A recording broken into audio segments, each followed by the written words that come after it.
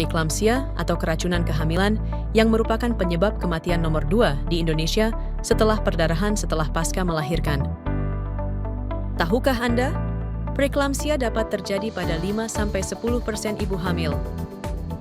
Preeklamsia adalah suatu kondisi di mana ada peningkatan tekanan darah yang muncul setelah usia kehamilan 20 minggu dan disertai salah satu gejala berikut ini.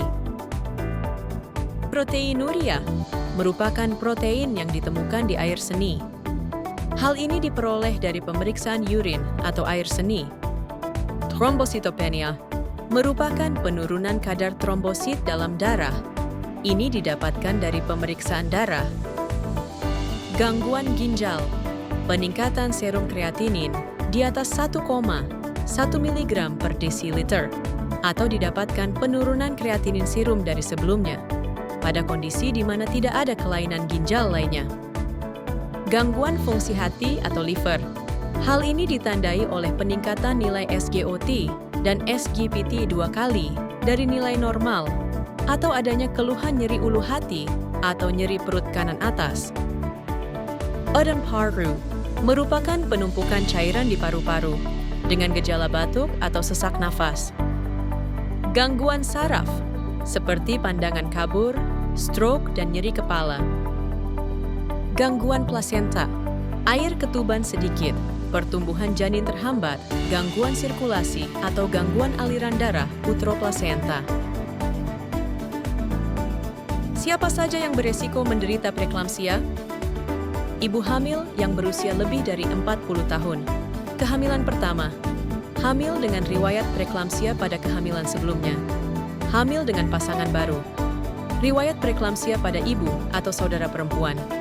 Kehamilan kembar. Hamil dengan diabetes mellitus atau kencing manis. Riwayat penyakit hipertensi kronis.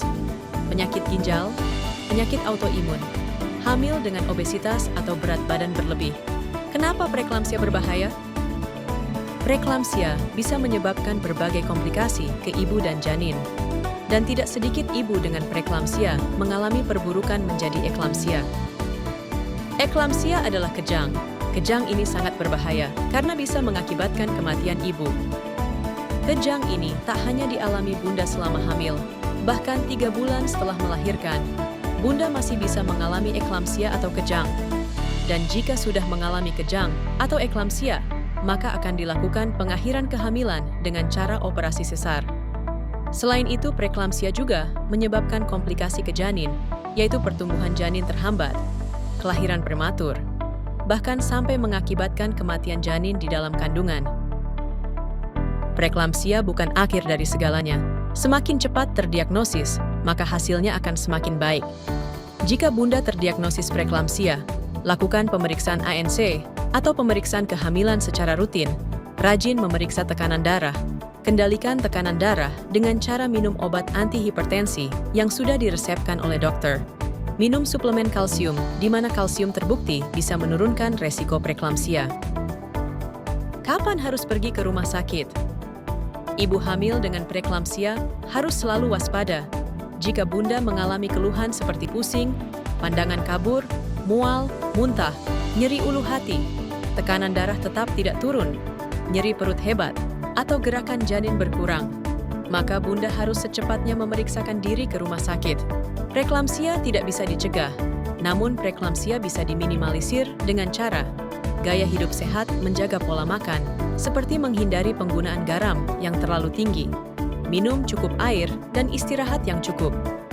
Memeriksakan kehamilan secara rutin, supaya dokter bisa memantau jika ada perubahan tekanan darah yang tidak normal. Konsumsi antioksidan yang kita dapatkan pada sayuran dan buah-buahan. Sekian dan terima kasih. Semoga materinya bermanfaat.